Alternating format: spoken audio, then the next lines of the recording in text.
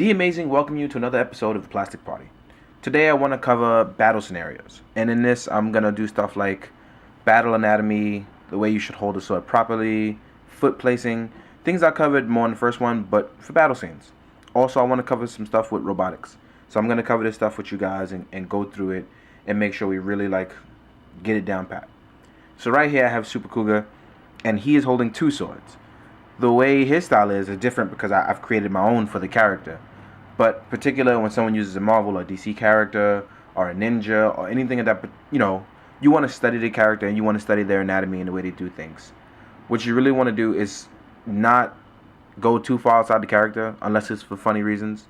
But when you're doing battle stuff, you want to make sure it's done properly. So I'm going to show you guys some stuff.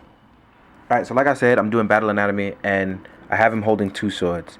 And the way it's done is, it can be done with many different ways, but one of the prime reasons I said this is because depending on how a person holds the sword is the same way you want to make sure the anatomy is correct. So a person holding two swords can easily hold one sword forward, one sword backwards.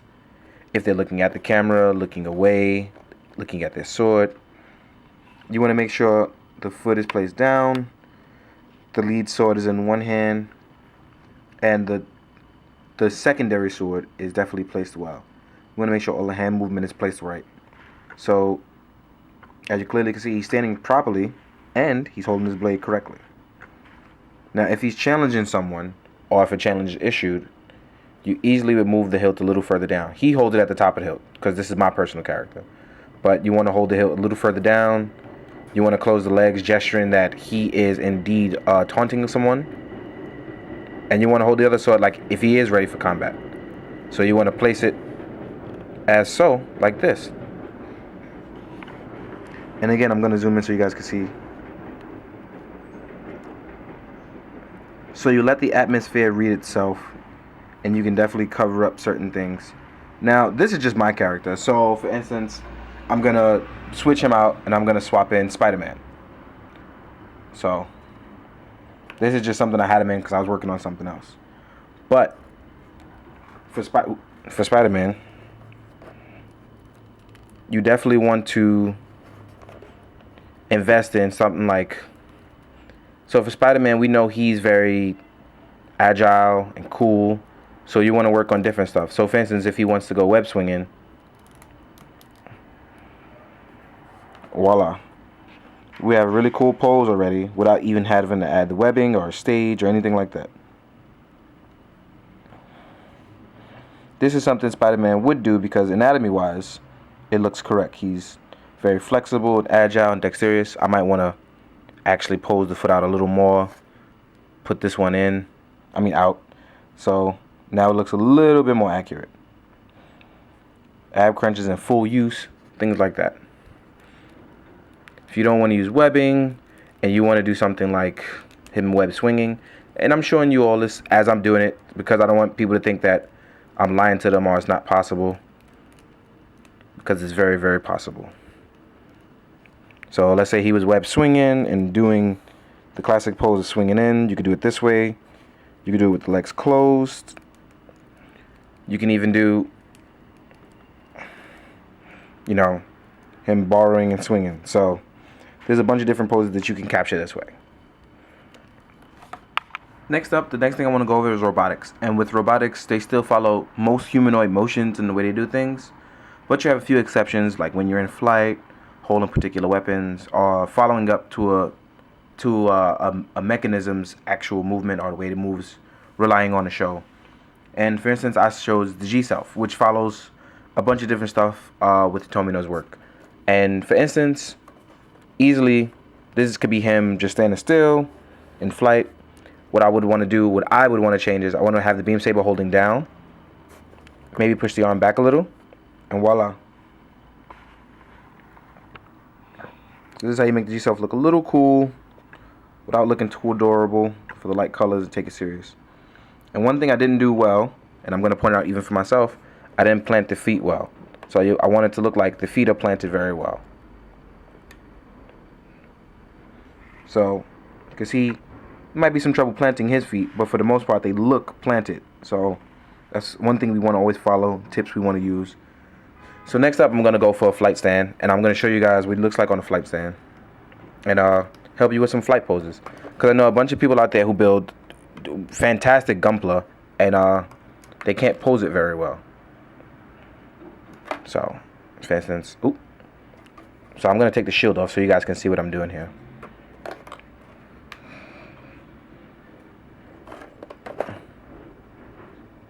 I'm going to place the hand back on. I'm going to pop the beam saber back in hand. Now, when in a flight pose, I'm going to back up a little. When in a flight pose, if not attacking or going towards your attacker, you want to put the head up. You want to try to make it look as if he's actually flying towards a particular position. So you want to have the arms back and it out. And you want to have the beam saber folded out most likely. You want to bend it a little.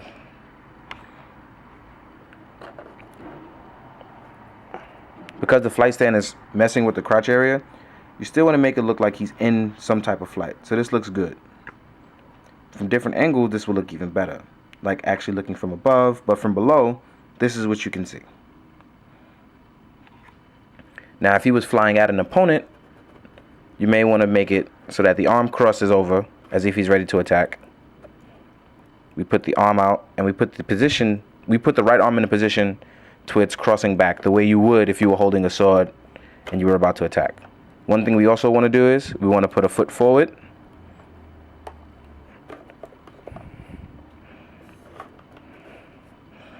And voila.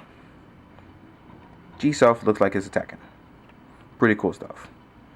Now, most of the time, before you get into your robot Damashis, your HGs, your MGs, you want to check the articulation on your mobile suit or whatever it is you're building, because it could be a Kotobuki kit for all we know. What you would definitely want to do is check the articulation.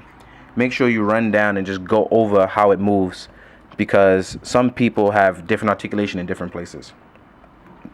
So, for instance, if you feel like the backpack is hindering, but, you could just easily take G-Cell's backpack off. So that'd be different. Now it looks completely different. Looks a little bit more naked. So again, you might want to change the angle. Flip up an arm a little. Turn it a little. And again, it still looks like it's ready, because from one angle, it doesn't look very good. But it's all about angles and how you position it. So just like that, like I said, looks a lot better. All you have to do is remember to take time to just make sure you're double checking what you're doing. I had to learn the hard way, and it's something that I do now. And I just want to make sure everybody does the same thing. Hopefully, everybody will find this stuff really, really helpful. One more thing I want to go over is when you're using stands of a particular kind. Certain ones you can hide, certain ones you can't. Some you just have to go the extra effort to really make disappear. So for instance, I'm using one made by Junior and Boog, who got the technique from, I think, Stash Bin. I can't remember. And Slings. And there's so many people who make these and use these ones. I'm not particularly fond of them, but for Legends, they work excellently. So for instance, with Cap, just like that, I hit his stand and I make it look like he's falling. You don't particularly see it too much. I can zoom in, I zoom out. It's very minimal effort to hide it. But as you clearly see, he's just up on the stand. So that's that for that one. The other type of stands that I use are Tamashii stages, which are not so easily hidden, but much, much better for stability in my opinion. But it's really a hassle to hide them. So for instance, like I said, I can use Spider-Man for a prime example, who definitely my go-to example guy. And this stage that I'm using is old, so it's pretty worn out. So I could put it around his waist.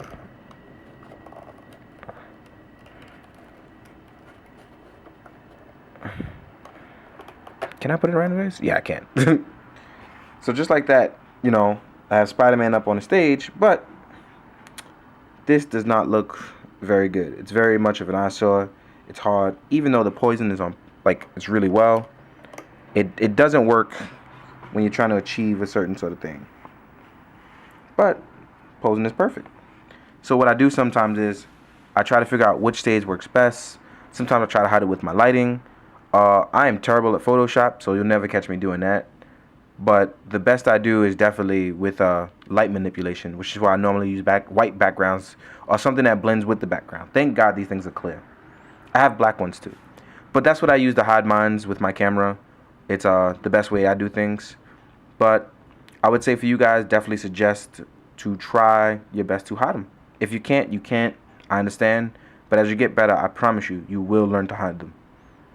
Hopefully this will help you guys. Thanks again for watching. Like, comment, subscribe. I do pay attention to what you guys say. So do your best to try to contact me. I will definitely leave my email so anybody can email me and contact me. All right, guys. Later.